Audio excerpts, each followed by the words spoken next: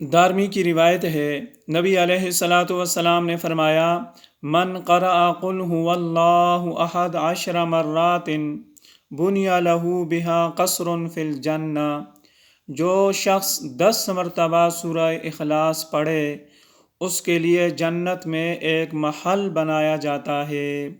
ومن قرأ 20 مرتن، اور جو شخص 20 مرتبہ سورہ اخلاص پڑھے، بنی لہ بہا قصران فی الجنہ، اس کے لیے جنت میں 2 محل بنائے جاتے ہیں۔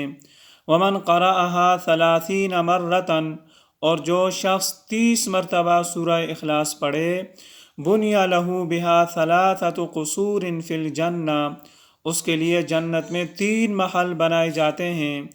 حضرت عمر رضی اللہ تعالیٰ عنہ کہنے لگے، اذن لنکثرن قصورنا، بخدا اے اللہ کے نبی پھر تو ہمارے بہت زیادہ محلات ہو جائیں گے۔